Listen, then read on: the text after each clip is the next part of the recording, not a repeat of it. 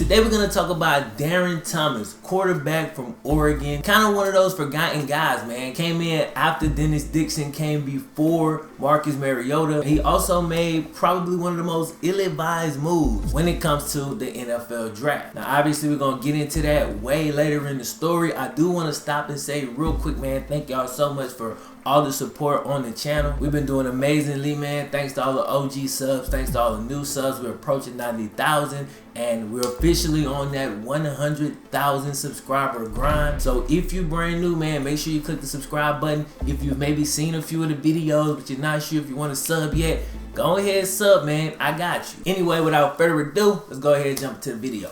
Bah.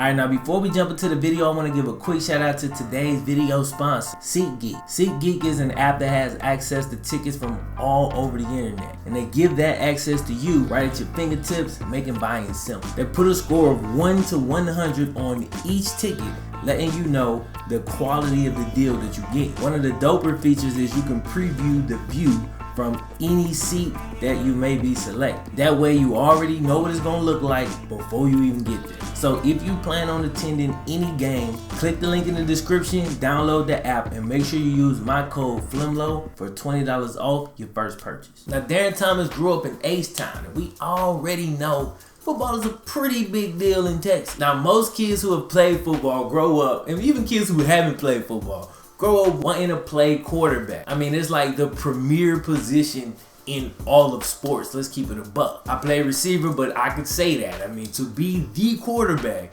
is like, you know, that's the dream job. But Darron Thomas actually started his high school career off as a running back. Now, we all know that he ended up growing to be 6'3" with a very slender frame and would have had to move from running back anyway. But going into his sophomore season, his coach approached him and wanted him to be the quarterback in the spread offense that their school was running. One issue though, Darron didn't want to play quarterback. Darron was a very introverted kid, man. Super quiet, not very assertive, just kind of went with the flow. And he had some athletic ability, but he didn't believe that he had what it took to play the quarterback position. Eventually though, his coach was able to coax him into it, and Darron wasn't a star right away, but he improved each year. And finally, by his senior season, he had pretty much got it down. He put up over 2,500 yards through the air, ran for another 900 yards, and he scored a total of 21 touchdowns. Now, he verbally committed to LSU, but after LSU continued to recruit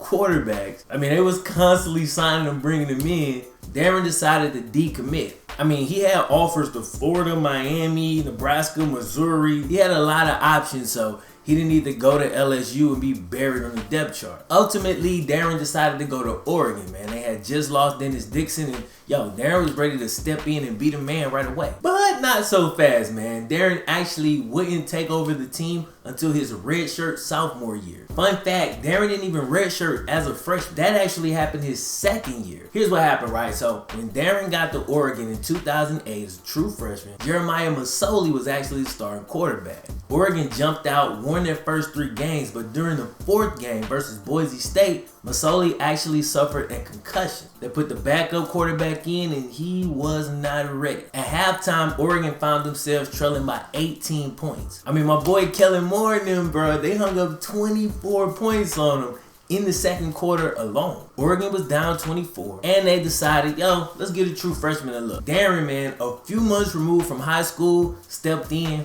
rallied the team. As a true freshman, he threw 3 touchdowns in the 4th quarter of that game, battled it out with Kellen Moore, one of the great college quarterbacks, and reduced that 24-point deficit to a 5-point loss. Still a loss, but he definitely showed what he had the capabilities to do. Now, Darron Thomas had tons of athletic gifts, but one thing he did not have was a car. And that might seem random and like a throwaway line, but so a few days after the Boise game, man, Darron hopped in a car with a teammate, Eddie Pleasant, man, hopped in a Ford Mustang, is laid, after midnight, went outside, seemed like a perfect time to race.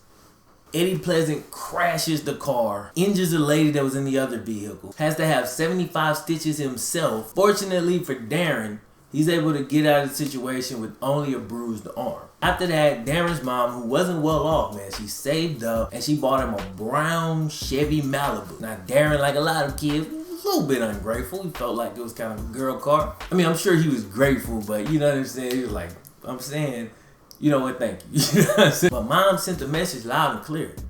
Stop around with your damn teammate. Cats be doing stupid. Now again, that story seems like a very small thing that I probably could have left out, but it's gonna tie into 2 more stories within this video, so just hang on. Now Darron remained the backup for the rest of 2008. Didn't touch the field in 2009. That was the year he redshirted. Now we move to 2010. This is his 3rd year at Oregon. This is going to be his redshirt sophomore season. Now in June that year, something very interesting happened. Starting quarterback Jeremiah Masoli, who was on his last strike at this point, actually got pulled over leaving a gas station. He had a suspended license and the cop found a little bit, just a small amount of marijuana in the car. Now the story goes that the car did not belong to Jeremiah Masoli, but we're not going to get into that right here because we can go way down a rabbit hole on that. But I want to get into this because this is very interesting for 3 reasons. One, it was that final straw that eventually got Masoli kicked off the team. The person this video is about,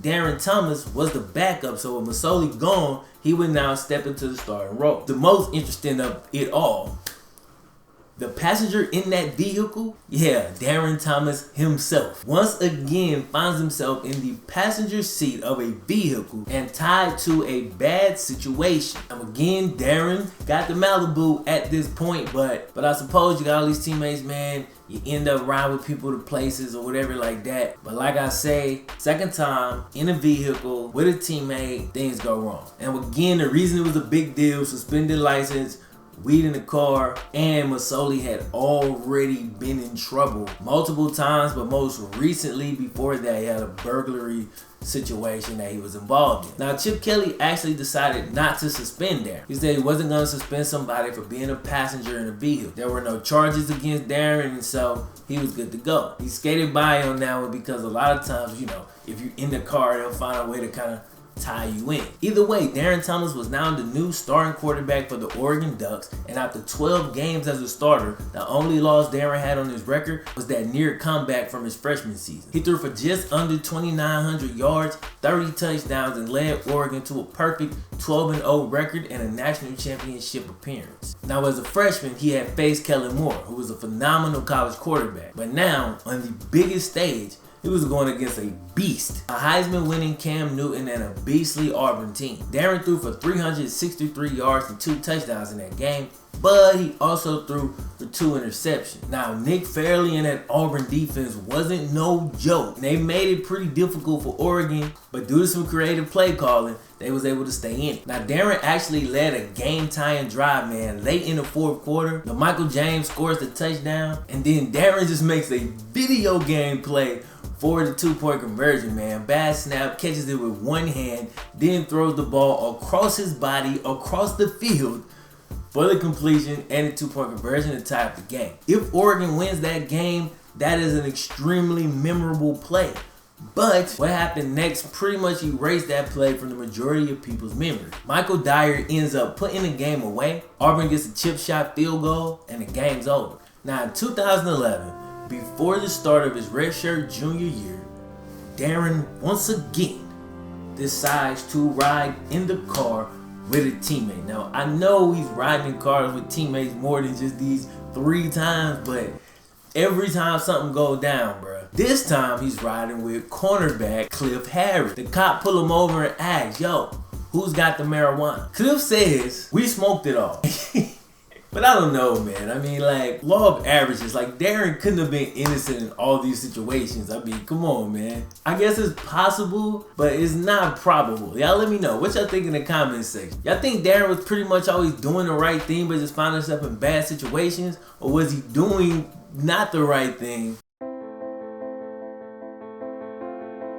but kind of lucking out and never really getting in trouble? I don't know exactly how, but he walked away from this one as well without getting into any major trouble. I think the bad thing though, and the thing that followed him, he was painting a picture to be more of a follower than a leader. I mean, as the quarterback, ideally, you will be influencing guys to hang with you. But it seems like he was always hanging with them, doing whatever it is that they was trying to do, and then getting caught up as a result. Either way, Darron followed up that season with a 36 touchdown, 7 interception junior campaign. 33 of those touchdowns was through the air, which set a single season record at Oregon. They won the Pac-12 championship and the Rose Bowl that year, but Darron surprised everybody and declared for the draft. I mean, he still had a year of eligibility left and was seen as a raw prospect. At the time, he was projected as a late round draft pick, and I don't know who convinced him of this, but he felt that leaving after his junior season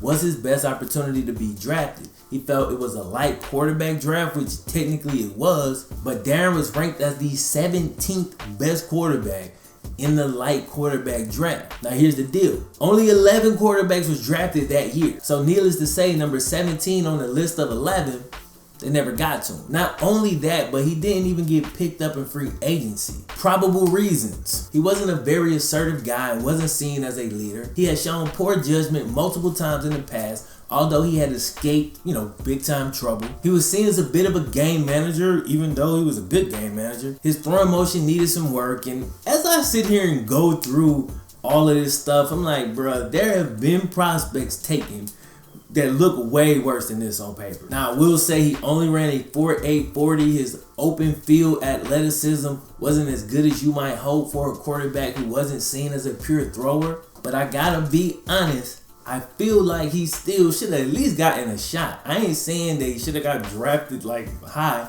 but he could have got drafted late. And even if he didn't get drafted, he could have at least had an opportunity to go into a camp, at least see what the man had. Like, they didn't even look at him. But I don't know. Let me know. Am I tripping? Like, let me know in the comment section. Now, again, I know he should have went back for his senior year. I don't like the decision for him to leave. I always say, if you're projected relatively high in the draft, there's little to no upside in coming back. But if you're projected as a low pick and you're the starting quarterback on a good team, bro, there's plenty of upside in your situation. But even still, even if teams felt like, yo, he needed to go back, he was a raw prospect, I mean, okay, he needs another year of development. Well, he's left now, so, you can bring him in as free agency, put him on practice squad. You don't have to pay him much. You got dudes over there you never gonna bring over. So you would have just thought he would have gotten an opportunity, but he didn't.